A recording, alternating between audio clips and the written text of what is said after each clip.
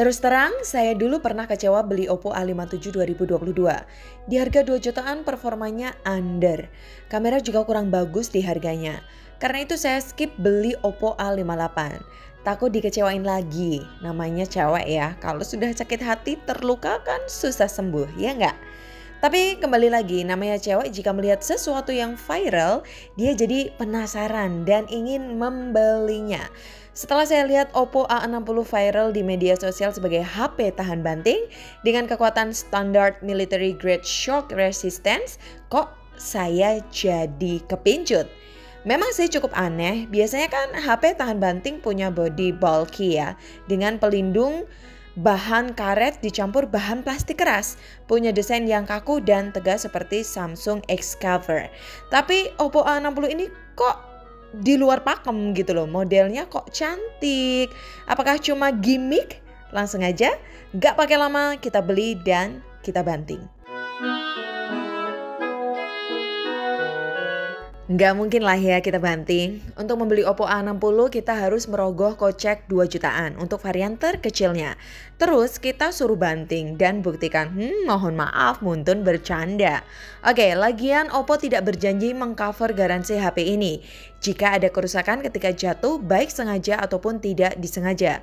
Kemasukan air atau bentuk accident lainnya kecuali ada trouble hardware atau software yang bermasalah selama masa garansi. Setahu kami sih bukan hanya Oppo A60 saja ya. HP merek lain pun sebelum dijual pasti melewati uji coba seperti itu. Ditekan, dibanting, dimasukkan ke suhu yang berbeda. Uji klik tombol power dan volume ribuan kali dan lain-lain. Intinya HP itu harus lolos uji quality control terlebih dahulu baru bisa dipasarkan. Nah, bedanya produk selain Oppo A60 tidak mengekspos uji quality controlnya sebagai nilai jual utama bagi fitur produknya. Contoh Vivo Y28 di katalog promonya juga ada klaim seperti Oppo A60. Bahkan proteksi IP rating Vivo Y28 lebih tinggi, pakai IP64 yang lebih tahan debu daripada Oppo A60 yang hanya diproteksi IP54. Di Redmi Note 13 juga ada klaim tersebut, malah kacanya diproteksi oleh Corning Gorilla Glass 3. So, poinnya adalah nikmati saja uji marketing Oppo A60 sebagai hiburan, tapi jangan pernah mencoba di rumah. Tetap lindungi dengan casing yang aman, pakai casing bawaannya pun tidak masalah. Dan tetap belikan tempered glass yang aman walaupun di paket penjualannya layar Oppo A60 sudah tertempel screen protector. Apalagi kaca Oppo A60 tidak ada proteksi Corning Gorilla Glass. Lagian si Oppo secara implisit cukup cerdik ciptakan seri A60 dengan desain yang cantik, tipis dan ringan. Secara alam bawah sadar kita, tentu kita tidak akan rela bodi cantiknya tergores ataupun rusak. Oke, jika fitur standar military grade shock resistance di Oppo A60 sifatnya hanya kondisional bukan fitur yang patut dibanggakan, apakah ada fitur lain yang lebih menarik agar Anda lebih yakin untuk membelinya? Nah, itu sih tegas vanilla. Mari kita kupas sama-sama kelebihan dan kekurangan Oppo A60. Kita mulai dari kelebihannya dulu ya guys ya. Kelebihan pertama Oppo A60 pada bagian tingkat kecerahannya yang diklaim Oppo mencapai peak brightness 950 nits. Keterangan peak di sini artinya kecerahan puncak dan menurut informasi, nilai peak hanya bisa muncul di saat kita memutar konten HDR. Tapi masalahnya Oppo A60 ini tidak bisa memutar konten HDR dan jenis game HDR pun sejauh ini sangat susah ditemui di Play Store. Jadi, apakah ini juga gimmick? Lepas dari kebenaran nilai kecerahan puncak 950 nits bisa tercapai atau tidak, faktanya jika dibuktikan dengan mata telanjang, kualitas layar IPS LCD Oppo A60 ini nyatanya masih cukup bisa bersaing dengan layar Super AMOLED yang punya tingkat kecerahan tinggi 1000 nits dari Samsung Galaxy A54 5G. Bahkan Oppo A60 punya fitur yang menurut kami lebih berfaedah daripada fitur tahan banting, yaitu Splash Touch yang membuat layarnya masih nurut dengan gerakan jari kita walaupun kondisi layarnya basah. Kita pernah buktikan di Samsung A54 yang punya IP67 dan Oppo A60 yang hanya punya IP54. Ketika dibuat ketik-ketik pesan, layar Oppo A60 masih bisa membedakan respon sentuhan dari jari kita. Sedangkan Samsung A54 yang sanggup menyelam di air tidak punya fitur splash touch, sehingga layar Samsung kurang bisa membedakan perintah sentuhan dari tetesan air atau perintah dari sentuhan jari. Kelebihan kedua pada daya tahan dan sistem chargingnya. Di paket penjualan Oppo A60 tergolong lengkap. Masih diberikannya charging SuperVOOC 45 watt yang bisa isi daya mulai 11% ke 21% cuma 10 menit. Ke 52% cuma 42 menit. Dan ke 100% 2 jam lebih 3 menit.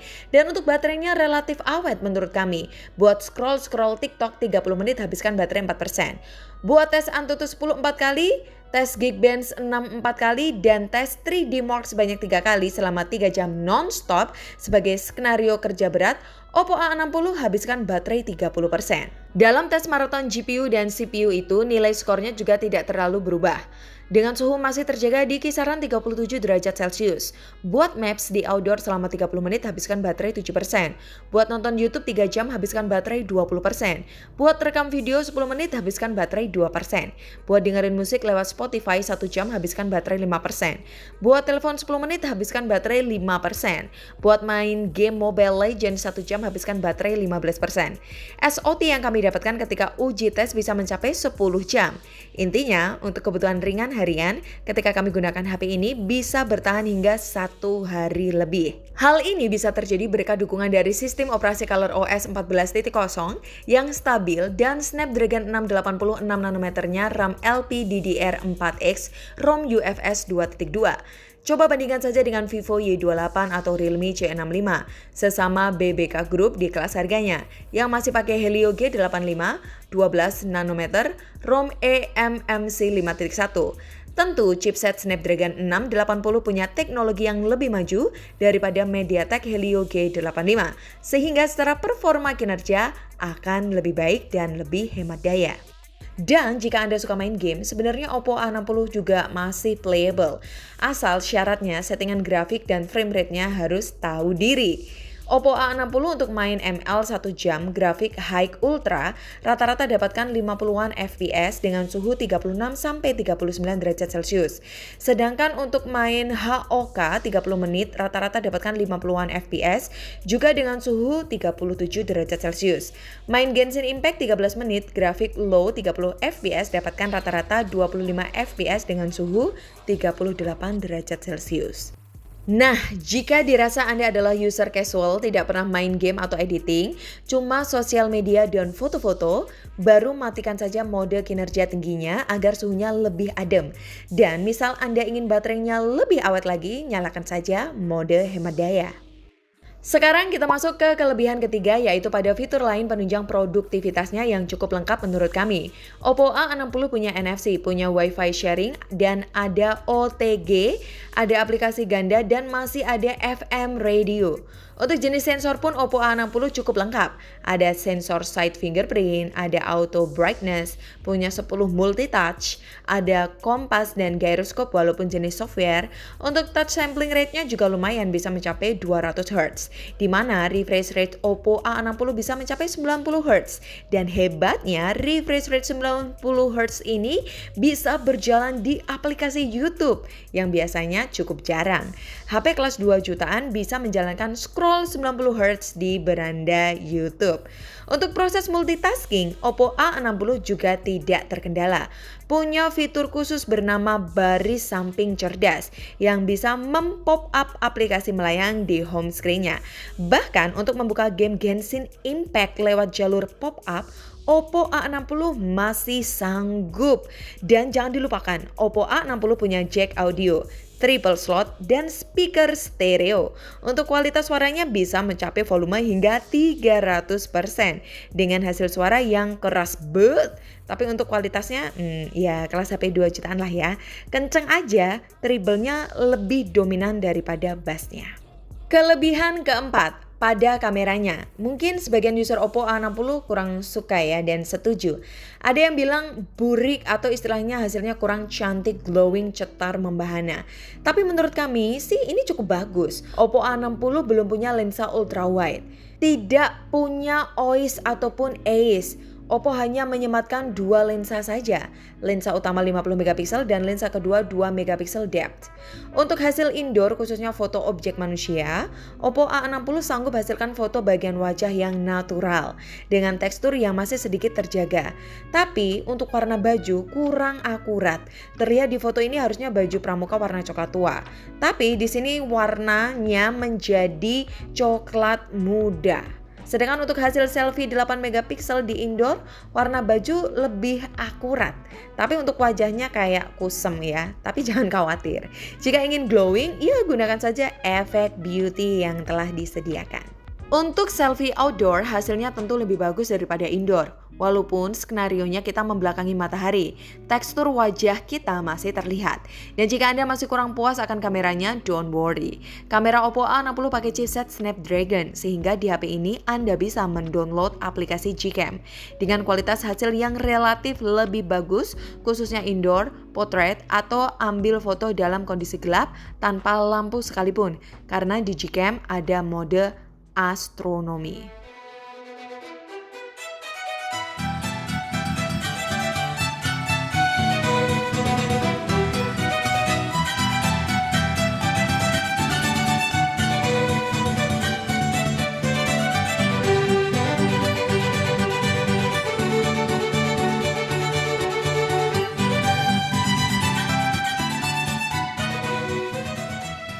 Next, kita masuk ke kekurangan dari Oppo A60 ini guys. Kekurangannya sih masih relatif wajar, yaitu hasil record videonya. Karena ini HP Oppo, jangankan Oppo A60 yang harga 2 jutaan. Untuk Oppo Reno 8T yang dulu pernah saya beli hampir 5 jutaan saja, untuk hasil record videonya juga belum maksimal. Untuk settingannya mentok di Full HD 30 fps tanpa dibekali AIS. Hasilnya jelas berguncang. Namun untuk kualitas hasil videonya menurut saya masih lebih baik daripada Oppo Reno 8T. Halo guys, ini kita lagi rekam video 2 tampilan di Oppo A60. Untuk video 2 tampilan ini bisa tampak video kamera depan dengan video kamera belakang ya guys ya. Dengan resolusinya itu HD 30 fps dan single mic aja.